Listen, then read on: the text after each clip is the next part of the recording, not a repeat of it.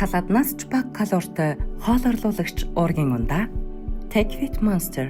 Өнөөдрийн дугаараар та бүхэнд нэг итгэмээргүй сонин гэмт хэргийн кейсийг ярихад бэлэн болчихсон сууж байна. За бидний мэдхээр цуврал алуурчин гэгдэж яригддаг хэргүүд ихэнхдээ 1970-аас 1980 он гэж бодогддог байсан бол за орчин үед шинжлэх ухаан бас техник технологи хөгжсөний ачаар цуврал алуурчин гэдэг ойлголт бараг байхгүй болсон гэж үздэг. Гэхдээ энэ онд баригдсан Солонгосын нэг цуврал алуурчны талаарх мэдээлэл маш их цэцэгдсэн байсан болохоор тэрний талаар ярьж өгье гэж шийдлээ. За Солонгост байгаа монголчууд бол энэ хэргийн талаар илүү их мэдээлэлтэй байгаа ах гэж бодож байна. За цоврал алуурчдын 90 үе төгсгөл болсон гэж яригддаг ч гэсэн бүр 20 гаруй насны тэгээд Солонгос эмэгтэй хүн хэд хэдэн залуучуудыг цааш нь харуулахаар оролцсон айгүй тийм эвгүй дотор мухаармаар хэрэг байсан. Ер нь ямар ч хүн таньдаг хүнээсээ итгэдэг хүнээсээ уух зүйл аваад юу ч бодохгүй уучдаг. Хамт ажилладаг хүнээсээ кофе ч юм уу за найзаасаа шар яриаг за тэгээ шартлалтын эсрэг уух зүйлийг ер нь юу ч бодлого аваад уучдаг. За энэ нь бол мэдээж итгэж байгаа гэдгийн жижигхэн жишээ гэж хэлж болно. Энэ бүхнийг ерөөсөө аюул гэдэг үүднээс авч үздэггүй.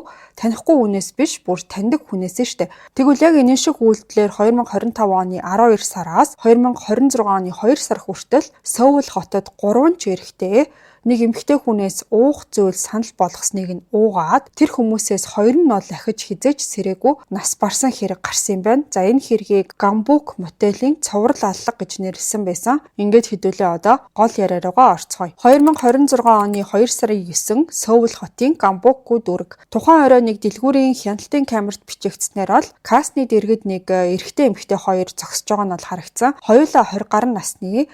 Тэгээд эрэгтэй нь арих бас ундаа аваад төлбөрөө хийгээд эмэгтэй нь болохоор хажууд нь инээмсэглээ зогсож байгаа бол харагдсан. Тэгээд дэлгүүрээс гарсны дараа тэр хоёр бол гараасаа барьцсан нэг мотель руу алхаа явсан.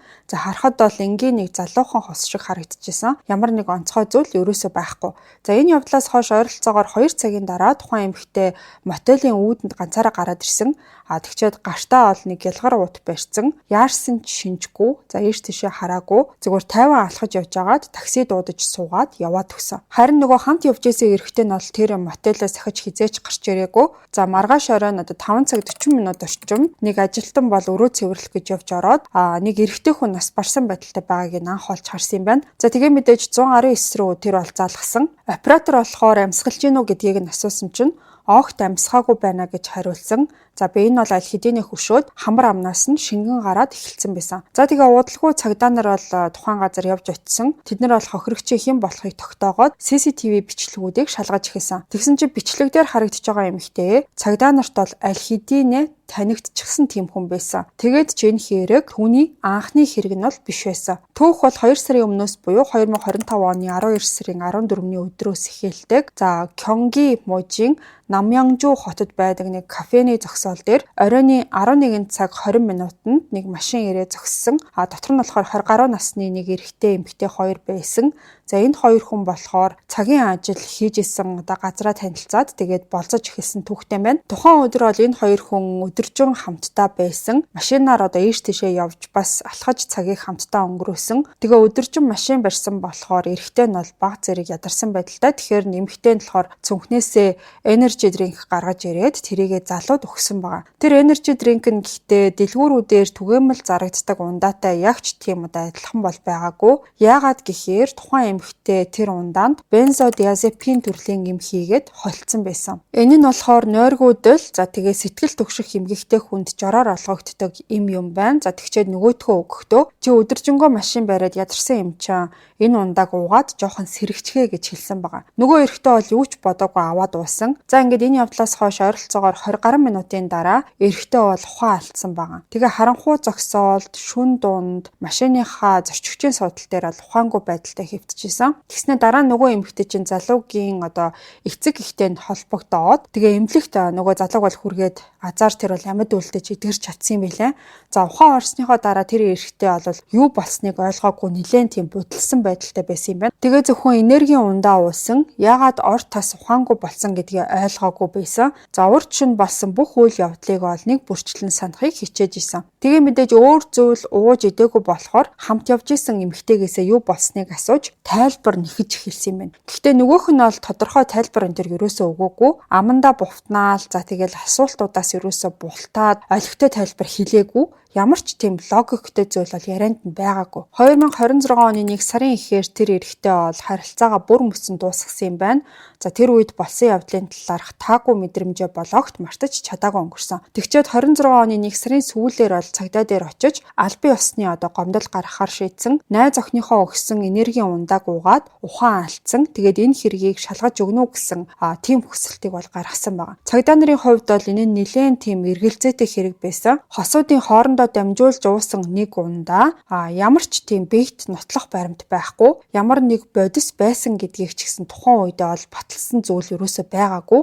Гэхдээ дараа нь бол түүний цуснаас нь дээж аваад Солонгосын үндэсний шүүх шинжилгээний алба руу илгээсэн. За тэгээ шинжилгээний хариу ирэх хүртэл гомдол нь анхан шатны бүртгэлийн хэсэгтээ гатсан байдалтай байсан. Хэрвээ яг тухайн үед цагдаа нар арай илүү гүнзгий шалгасан бол за тухайн эмэгтэй яг хэн байсан, яг үнэндээ юу хийж ийснийг арай нэхуур судалсан бол дараа нь болох эмгэнэлтэй хэрэгүүдийг магадгүй зогсоож чадах байсан баг. Харамсалтай нь тухайн үндэсний шүүх шинжилгээний албаны toxicology гэж байдаг шүү дээ. Хор энтрийг нь байна уугүй юу гэдгийг судалдаг. Тэр шинжилгээний хариу нь болохоор 2 сарын 9-нд сайн нэг юм гарсан юм байна. За тэр хариун дээр нь болохоор сэтгцэд нөлөөлөх эмийн бодис анхны тэр эрэгтэй цуснд байсан гэдэг нь бол батлагдсан. Гэхдээ яг хөө ингэж объектив нотлох баримт гарахаас өмнө бол яаралтай баривчлах хууль зүйн үндэслэл бараг байгаагүй. Тэгэхээр тухайн эмэгтэй энэ хугацаанд яг юу бодож исэн, яагаад дахиад хэрэг үйлцсэн гэдэг нь бол огт тодорхойгүй байт юм байна. Эхний эрэгтэйг хордуулчаад тэгээд эцэг эх рүү залгасан гэдэг нь бас л айгүй тийм сонин санагцсан. Хордуулах гэж юм уулгачаад дараа нь тусламж дуудсан гэхээр магадгүй хийсэн анхны хэрэгээсээ айвсан юм уу, сандарсан юм уу, ер нь яах гэж тэрийг өгсөн, туршиж үдсэн юм уу, ер нь бол мэдэхгүй. Гэхдээ мэрэгчлэтнүүдийн үдснээр бол анхны хэргийг тэр бол олон нийтийн газар үйлцсэн. За өөрөөр хэлэх юм бол ингээд нийтийн машины зогсоол дээр тэгээ ухаан алдсан хүнийг зүгээр орхиод явж чадаагүй сандраад эцэг эх рүү ярьсан. Тэгээ нөгөөх нь анзаарвал амьд үлдсэн гэж үтсэн. За тэгээ энэ дээр гол асуудал нь бол байршил гэж үтсэн. Хэрвээ хинч харахгүй газар хаалттай хаалганы цаана тэгээ зүгээр л гараад явж болохоор тийм газар үйлцсэн бол энэ эрэгтэй хувьд төгсгөл нь арай өөрөөр эргэх байсан бах. За тэгээд эмэгтэй бол төлөвлөгөөгөө өөрчлөх хэрэгтэй гэж бол бодсон юм байна. Гадаа биш, дотор. Тэгээд эмийн тунг нь илүү ихээр хийгээд амжилттай гүйцэтгэх гэсэн тийм бодолтой байсан. За эхний оролдлогоос л ойролцоогоор 6-7 хоногийн дараа дахиад нэг хэрэг гарсан. 2026 оны 1 сарын 28-нд Сөүл хотын Гамбукгу дүүргийн Суюдон хороололд байдаг нэг мотел. За оройн 9 цаг 24 минут. Ким Овгтой 22 настай эмэгтэй 20 гаруй насны нэг эрэгтэйтэй хам мотелийн нэг өрөөнд явж орсон. За энэ хоёр бол ойролцоогоор 7 хоногийн өмнө анх танилцсан байсан. Ер нь бол хосууд гэж хэлэхэд хэцүү. Тэгээ тэр мотелд энэ хоёр арх ууж исэн байгаа. Ингэж явах үеэрээ Ким бол цүнхнээсээ шартуултгүй шингэн гаргаж ирээд энийг уучих маргааш шартахгүй штэ гэж хэлээд өгсөн байгаа. Нөгөөх нь юу ч бодлохгүй уусан. За тэгсэн чинь эмэгтэй болохоор тухайн зүйлээ бас л гэртээ бэлдэж ирээд анхны эрэгтэйд өгснөөсөө бүр 2 дахин илүү тунгаар бэлдээд авчирсан байсан. Уулзж байгаа эмэгтэй нь өгсөн болохоор угаасаа тэр эрэгтэй бол юу ч бодоогүй ууцсан байгаа. Тухайн эрэгтэй хувьд энэ нь амьдралынх нь төгсгөл байсан гэж бол огт бодоогүй. За тэгээд удаагүй нөгөө эрэгтэй биеийн сулраад унаад өгсөн. Харамсалтай нь энэ эрэгтэй бол ахиж сэрээгүй. Тэгээд энэ үйл явдлыг шинжлэх ухаан талаас нь бол маш сайн тайлбарлаж өгсөн байдаг. За бензодиазепин гэдэг нь төв мэдрэлийн системийг дарангуулдаг, тайвшруулах юм байгаа. За тэгээд биеийн үйл ажиллагааг удаашруулдаг. Харин шартлалтын эсрэг бэлтгэл болохоор тэр эмийн нөлөөг нь хурцгаад тогтвортой байлгахад нөлөөлөл үзүүлдэг юм байна. Бас архины нөлөөг ч гэсэн нэмэгдүүлээд тэгээд энэ бодиснууд нь бие дотор ороод холилдох үеэр үр дүн нь үхэлд ч хүргэж болдгийм байна. Амьсгалын зам нь удаашраад дараа нь хаагддаг. Тэгээ эцэст нь бол зүрхний цохилт нь зогсдог. Хамгийн гол нь ийм төрлийн бичиж өгдөг бүх эмнэлгүүд яг ижил анхааруулгыг бол өвчтөндөө хэлж өгдөг. Тэр нь юу вэ гэхээр арх ууж явах үеэрээ огт хэрэглэж болохгүй гэсэн зүйлийг хэлж өгд юм байна. Тэгэхээр Ким гэдэг эмэгтэй бол энэ зүйлийг мэдчихсэн гэсэн үг. Тэгээ мэдсээр ээжиж тийм зүйлийг хольж хийж өгөөд өрөөнөөс гарахаасаа өмнө нотлох баримт болж болох бүхэл зүйлийг гялгар уутанд хийгээд аваад гарсан. Хоосон ундааны сав аяг гээд одоо өөрийнх нь хийсэн үйлдэлийг илчилж магадгүй бүх зүйлээ аваад гарсан байна. Маргааш нь 14 цаг 50 минут орчимд гарах ёстой цагаасаа ер нь оройтсон болохоор тэр нөгөө мотелийн өрөөг шалах гад яваад орсон. За тэгээд нас барсан байдалтай эрэхтэйг анх одоо тэр нөгөө одоо мотелийн хүн нь алж харсан юм. За цагдаа руу мэдээж залгаад би энэ аль хэдийнэ хөшсөн бас ам хамраас нь шингэн гоожсон одоо тийм эрэхтэй хүн байна гэж мэдүүлсэн байгаа. Цагдаа нар бол хэргийн газар явж чод шалтгаан нь тодорхойгүй үхэл гэж үзээд анх бол шалгаж эхэлсэн юм байна. За үндэсний шүүх шинжилгээний албанаас хохирогчийн биед бензодиазепинээс гадна өөр хэд хэдэн төрлийн эмийн бодис байсан гэдгийг нь ол тогтоосон. За тэгэхээр Ким бол ганц биш, өөр олон төрлийн бодисын холцыг хэрэгэлсэн байж болзошгүй гэдгийг нь харуулж байсан. Цагдаа нар CCTV бичлэгүүдийг аваад за тэгээ өхлийн шалтгааныг нь шалгаж, мотельд хохирогчтой хамт орсон эмэгтэйг хайж эхэлсэн. Бичлэгүүдийн ачаар бол тэд Кимийг таньж чадсан байгаа. Тэгээ сэжигтний жагсаалтанд шууд оруулсан. 2026 оны 2 сарын 9-нд бол цагдаа нар анхны хохирогчийн toxicology шинжилгээний хариуг шүүх шинжилгээний газраас аваад за Кимийг бол байцаалтанд дуудах ажлыг зохион байгуулж эхэлсэн. Тэгчээд 2 сарын 10-нд нь болохоор гэрээг нь нэгжих зөвшөөрөл гаргуулж авах хүсэлтийг бол гаргасан. За ингээд мөрдөө шалгалт үргэлжилж байгаа хооронд бол 2 дахь алхахын хэрэгээс өртөө 11 хоногийн дараа Ким бол дараагийн хохирогчоо аль хэдийнэ уургалцсан байсан. 1 сарын 28-нд 2 дахь залуутай уулзаж хороосноосоо 11 хоногийн дараа гэхээр 2 сарын 8-ны өдөр гэсэн үг. Хохирогч эрэхтэй болохоор урд нь Кимтэй нэг удаа найзуудаараа одоо уулзах үеэрээ танилцаж ганц л таарж исэн тийм хүн байсан. За тийм ч одоо хоорондоо бол дотн энтер байгаагүй. Зүгээр л би биенийхээ сошиал аккаунтыг мэддэг тийм танилуд байсан маа. Тэгчээд 8-ны өдөр генет тэр залуу руу одоо Ким мессеж бичиж холбоо тогтоож эхэлсэн. Тэгээд маргааш нь бол тэр хоёр нэг мотельд өрөө авч уулзъя гэж бичилдсэн байгаа. За эрэхтэй ч бол нэг сүртэй зүйл ерөөсө бодоогүй.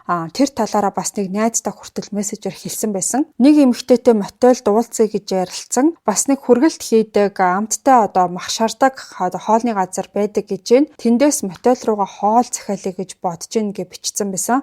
За тэгэхээр энэ бичснээс нь харахад бол зүгээр л одоо энгийн нэг уулзалт бас саяхан танилцаад ганц л уулзж исэн эмэгтэйтэйгээ буудалд уулзах гэж байгаа тийм нэг одоо текст байсан. За тэгэхээр тэр хоёр бол 9-дөө уулзаад орой 8 цаг 40 минутын үед нэг дэлгүүрээс арх бас ундаа худалдаж аваад хамтдаа мотель руу орсон байгаа. Тэр явдлаас 2 цагийн дараа Ким бол мотелоос ганцаараа гарч ирсэн. За гарсныхаа дараа нөгөө мотельд үлдсэн эрэгтэй рүүгээ ингэж мессеж бичсэн байсан. Чи амар согтоод зүгээр л унтаад өгсөн болохоор би төрүүлээд явлаа гэсэн байсан. Зүгээр л ингээд тасраад унтсан. Тэгээд амьд байгаа эрэгтэй рүү мессеж бичиж байгаа юм шиг бичсэн байсан. За ингээд энэ эрэгтэйг ч гэсэн мотелийн ажилтаа анх олсон юм байна.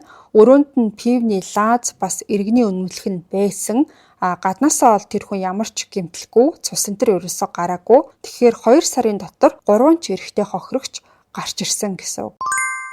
Дугаартай хамтран ажилласан Take Fit Monster уургийн ундаа та бүхэн энэхүү эрүүлэр жингээ барих болон жин хасахад зориулагдсан хоол орлуулагч уургийн ундааг CU-гийн бүх салбар дэлгүүрээс худалдаж авах боломжтой. Нэмэлт сахар агуулаагүй, салаатнаас ч бага калоритой өглөөний цайны оронд хэрэглэж болно. Дасгалын дараа булчин сэргэлтэнд бас өдөр хөнгөн уургаа нөхөхөд хэрэглэж болох юм байна. Хэнд зориулагдсан бэ гэхээр жингээ барьж байгаа, калори багатай хоол сонгож байгаа, үлсэхгүйгээр турах зарлагтай, мөн угаараг дутагддаг бүх хүнд тохиромжтой. Үр дүнд нь та яах вэ гэхээр жин аажмаар буурч булчин хадгалагдана. Дасгалын үр дүн илүү мэдрэгдэж, бие хөнгөн, энерги доктортой болно. Take Fit Monster өдөрт авах ёстой биеийн хэрэгцээ дургийг танд бүрэн өгч чадна. CU-гийн бүх салбраас. За ингээд хэдүүлээ хэрэг рүүгээ буцаад оръё. За ингээд энэ бүх үйлдэлсэн гэмт хэрэгээс нь харахаар бол эхний эрэхтэй маш азтай одоо амьд үлдэж чадсан. За тэгээд Кимийн одоо үйлдэж байгаа гэмт хэргийн хугацаа цуврал алуурчдын дунд түгээмэл ажиглагддаг хэв маягтай таарчин гэж үтсэн байлээ. Эхний болон 2 дахь хэргийн хооронд 6-7 хоногийн хугацаа. За тэгээд 2-оос 3 дахь хэргийн хооронд 11 хоногийн зайтай байсан. Цуврал алуурчид туршлагажих тусмаа болгоомжлох байдал нь багасдаг гэж үздэг. За эхний удаадаа амжилттай болж өнгөрөөд өөрт нь юу ч тохиолдохгүй байх юм бол өөртөө итгэх итгэл нь нэмэгддэг. За тэгээд баригдахгүй гэдэгтээ итгэж эхлэх үеэрээ тэдний үйлдэлийн давтамж хурцсах хандлагатай болчдөг юм байна. Бас дээрэс нь нэмээд тунгийн асуудал байсан. За эхний оролдлого нь бүтлгүү болсон болохоор 2 дахьоосоо эхлээд энэ эмэгтэй бол тунгаа нэмээд эхэлсэн. 1 сарын 29-нд 2 дахь хохирогчийн цогцос олдсон. Яг тэр өдөр Ким бол өөрийнхөө Instagram дээрээ селфи зураг оруулаад би намрын cool tone шүү гэд бичсэн байсан. Тэгчээд #followers welcome, #follow for follow, #DMF буюу харилцан дагалцъя гэсэн утгатай хаштагууд оруулсан байсан. Дараа нь 2 сарын 11-нд буюу 3 дахь хааллага гарснаас 2 хоногийн дараа баригдахаасаа бүр хэдхэн цагийн өмнө дахиад нэг селфи Instagram дээр оруулчихсан байсан.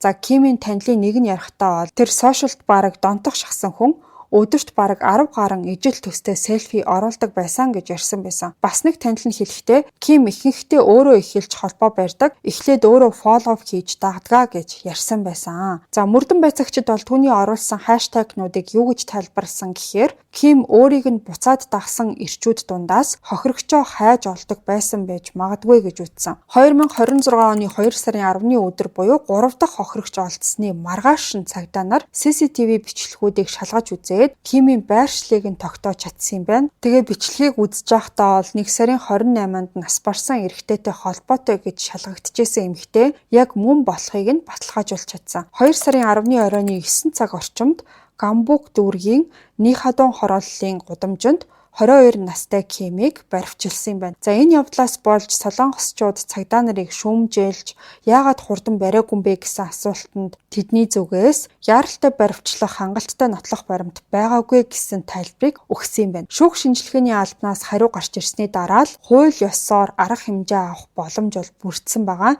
За тэгээд Кимийг баривчилсны дараа цагдаа нар түүний гар утсыг хурааж аваад гэрийг нь нэгжих зөвшөөрөл гарчихсан байсан болохоор нэгжлэг хийж эхэлсэн. За тэгээд гэрээс нь болохоор тэд бол их хэмжээний жороор олгодог юмнуудыг олсон.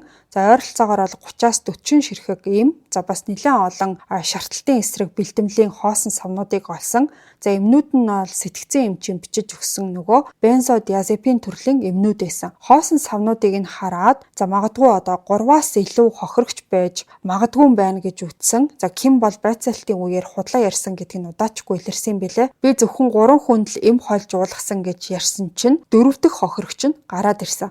За тухайн хохирогч нь бол цагдаад мэдүүлэхдээ 1 сарын дундуур Сүйүдонд байдаг караоке баарнд Кимийн өгсөн шаардлагын эсрэг бэлтгэлийг уугаад ухаан алдсан гэж мэдүүлсэн. За гэхдээ нэг асуудалтай зүйл нь юу байсан гэхээр хугацаа нэлээд өнгөрсөн байх юм бол toxicology шинжилгээгээр батлах боломжгүй болчих магадгүй байд юм байна. За Кимийн талаарх мэдээлэл мэдээж одоо сошиал орчинд маш хурдан тарж эхэлсэн. Түүнийг бол цагдаа нар баривчлах үеэр маш олон медиа агентлагууд дүрсийг нь бичиж авсан байдаг. За тэгээд сэтгүүлчид бол түүнд хандаж та эмийг урьдчилж бэлдсэн үү? Та алах санаатай байсан уу? Та харамсаж гинүү гэх мэт асуултуудыг асуусан ч гэсэн Ким бол юу ч дуураагүй. Нүүрэнд нь одоо ямар ч тийм хувирал байгаагүй. Толгоогоо бүхий илгөөд чимээгүй алхасаар байсан. Хоёр хүнийг цааш нь харуулсан хүн гэхэд одоо арай л хитрхи тийм тайван харагдчихсан. За цагдаагийн байцаалтын үеэр Ким бол ингэж ярьсан байдаг. Бид маргалцсан. Тэгээд унтуулахын тулд ундаанд нэм хийсэн. Өгчин гэж мэдээгүй гэж ярьсан байдаг. Ер нь бол энгийн хүн ингээд одоо хин нэгэнтэй хэрэлдэх юм бол зүгээр л яваад өгдөг ч юм уу эсвэл одоо хэрэлдээд тэгээ дараа нь бол тайвширчдаг. За эхний эрэхтэд эм хийж өгчөөд дараагийнхт нь тунгийн нэмжин гэхээр энгийн нэг хэрүүлийн дараах үйлдэл гэхэд бол арай л тийм одоо хорон санагцсан. За тэгээ цагдаа нарт бол тухайн эмнүүдээ өөрөө уудаг байсан гэдгээ хэлсэн. Тэгчээд өөр хүнд өглөө гэхэд ямар нэг аюултай зүйл болчихно гэж бодоогүй гэж тайлбарласан. За тунган нэмэх юм бол байдал эвгүүднэ гэдгийг гэхдээ тэр бол өөрөө мэдчихсэн. 2026 оны 2 сарын 12-нд Сөүл хотын хойд дүүргийн шүүхэд урьдчилсан сонсгол бол болж өнгөрсөн. Ким өглөөний 9 цаг 54 минут орчимд шүүхэд бол явж ятсан. За хар зузаан хүрэмтэй маск зүүцсэн. Тэгээд сэтгүүлчдийн асуултанд ямар ч хариулт өгөөгүй. Шүүгч бол түүнийг шууд баривчлах захирамж гаргаад түүнд тавьсан анхны яал нь болохоор бусдын бие мах бодит гэмтэл учруулж болгоомжгүй байдлаар хүний ам насыг хохироосон. За мансааруулах бодисын хяналтын тухай хуулийг зөрчсөн гэсэн ийм одоо хоёр зүйл ангаар ялахаар болсон гэдгээ танилцуулсан юм байлээ. За тэгээ шүүх хурал болтол энэ нэмэгтэйг бол одоо шоронд хорих шаардлагатай гэж утсан. Яагаад гэх юм бол одоо батландаалтаар энэ төр судлагдах байх юм бол оргон зүхтаах өндөр эрсдэлтэй гэж үтсэн байлээ. Болгоомжгүй байдлаас үүдэлтэйгээр гэдэг нь бас жоохон асуудалтай санагцсан. За 2 хүн нас барчид ахад яагаад аллахын зүйлэнгээр буруутгаагүй гэдэг нь бас л асуудалтай. Ер нь бол аллахын хэрэг үүсгэхийн тулд алах бодолтой байсан гэдгийг нотлох шаардлагатай болд юм байна. За Кимийн хэрэгэлсэн зүйл нь хор энтер бол ерөөсөө биш, харин эмчийн бичиж өгсөн сэтгцэн юм байсан. Тэгээ хамгийн гол одоо өөрийгөө хамгаалж байгаа зүйл нь юу гэхээр энийг ийм аюултай гэдгийг би мэдээгүй гэсэн өгүүлбэр байсан. Цагдаа нар бол эхэндээ болгоомжгүй байдлаасаа болж хүний амь насыг хохироосон гэсэн зүйлэнгээр баривчлах зөвшөөрөл гаргуулж өгсөн байлээ. Гэхдээ ашгүй Ким бол санаатаагаар хүний амь насанд хүрсэн гэдгийг нь батлах зүйл түүний утсан дээр нь байж исэн. Орчин үед бол одоо дижитал шинжээч гэсэн мэрэгчлэнүүд гарч ирсэн гэдгийг та нар мэдж байгаа бах. Тэгэхээр энэ мэрэгчлэнүүд бас маш тийм оновчтой дүгнэлт шинжилгээ хийгээд хэргийн үнэн мөнийг илрүүлэхэд бол чухал үүрэг гүйцэтгэдэг. Тэгээд тэдний олсноор бол Ким аллах үйлдэхээсээ өмнө ChatGPT-гээс хэд хэдэн асуултыг асуусан байсныг нь олсон. Нойрны эмийг архитай хамт хэрэглүүл юу болдог вэ? Ямар хэмжээнд аюултайд тооцогдох вэ? Хүнийг энүүгээр алах боломжтой юу гэх мэт асуултуудыг бүр олон удаа асуусан байсан. За тэгсэн чинь ChatGPT хариуд нь болохоор эдгээр зүйлийг хамт хэрэглэх нь маш аюултай. Үхэлд хүргэж болзошгүй гэж бичсэн байсан. Ким бол энэ хариуг уншсан. За тэгээд тунг нь 2 дахин нэмсэн байна. 2026 оны 2 сарын 19. Цагдаа нар ашгүй Кимийг бол алдахын хэрэг гэсэн зүйлэнгээр албан ёсоор прокурорт бол шилжүүлж чадсан. Тэгээд цагдаагийн нэг ажилтан хэлэхдээ архийг тэр эмтэй хамт хэрэглүүл үхэлд хүргэж болзошгүй гэдгийг бүгдийг нь тэр эмхтэй бол мэдчихсэн. Тэгэхээр энийг ийм аюултай гэдгийг би мэдээгүй гэсэн тайлбарыг одоо хүлээн зөвшөөрөх боломжгүй болсон гэж ярьсан байсан. Цагдаа нар бас түүнд одоо сэтгцэн эмгэгийн шинжилгээ хийлгэхээр төлөвлөсөн байгаа юм байна. За тэрийг нь бол PCLR буюу Psychopathy Checklist Revised гэж нэрлэдэг юм байна. За энэний болохоор хамгийн дээд оноо нь 40, Солонгост болохоор 25 болон түүнээс дээш оноо байх юм бол psychopath гэж ангилдаг. За олон улсын стандарт нь харин 30 байдаг юм байна. За энэ хэрэг болохоор одоо 20 гаруй жилийн өмнө Солонгост үйлдэгдэжсэн Юм Ю Ин гэдэг хүний одоо хэргийг эргэн сануулж байгаа юм шиг тэр хэрэгтэй бараг одоо харьцуулагдаж нэлээд одоо яригдж байгаа юм байлээ. За тухайн хэрэг нь болохоор бас л одоо залуухан эмэгтэй жороор олгодог имийг хэд хэдэн эрчүүдэд хэрэглүүлж хордуулсан байт юм байна. Тэгээд тэр Юм Ю Ин гэдэг эмэгтэй PCLR үнэлгээнд болохоор 40-оос 40 гэсэн оноо авч ирсэн юм. Энэ нь болохоор Солонгосын гэмт хэрэгтнүүдийн дунд түүхэндээ бүртгэгдсэн одоо хамгийн өндөр оноо гэж явдаг. Ямар сайндаа түүнийг бол одоо ингээд гимших, өрөвдөх сэтгэлгүй, жинхэнэ psychopath гэж тодорхойлсон байдаг. Бүр Солонгосын хамгийн аимшигтай цоврал алуурчин болох Юу Юн Чол гэдэг хүнээс хүртэл одоо өндөр оноо авсан байдаг. За Юу Юн Чол болохоор 30 оноо авсан байдаг юм байна. За одоохондоо бол Кимийг энэ 40 оноо авсан эмэгтэйтэй харьцуулах нь арай эрт байгаа ч гэсэн мөрдөн байцаагчид за тэгээд хэвлэл мэдээллийнхэн бол арга барилд нь ижил төстэй зүйлүүд байгааг анзаарч харж чадсан. За жишээ нь гэх юм бол эрчүүд Кимд бол итгэжсэн. Тэгээ итгэлийг нь бол одоо ургуулж ашигласан. За бас ундааг хөнөөх зэвсэг болгож ашиглаж исэн. Тэрнээс гадна хэрэг хийснийхээ дараа хитрхи тийм тайван одоо биеэ хянаж чадчихсан байгаа. Ким бол баригдсны дараа Instagram нь 240 одоо followersтэй байжгаад 11,000 болж нэмэгдсэн. Угаасаа одоо сошиал орчинд Instagram аккаунт нь тарцсан байлээ. За тэгээ хаа газрын одоо эргүү балаа хүмүүс байж л байдаг шиг хөөрхөн юм бэштэй тэгэхээр гин буруугүй ийм эмхтэй надад ундаа өгвөл би лав уун гэх мэт комментууд бас байсан. Мэргэжилтнүүд бол одоо ийм төрлийн одоо өмгөөрж байгаа юм шиг хамгаалж байгаа юм шиг үзэгдлийг hybristophilia гэж нэрлэдэг юм байна. Бас Bonnie and Clyde syndrome гэж нэрлэдэг. За энэ нь юу гэсэн үг вэ гэхээр хүчирхийлэгч эсвэл одоо гэмт хэрэгтэнд татагдах сэтгэл зүг одоо ийм нэршлэр нэрлэдэг юм байна.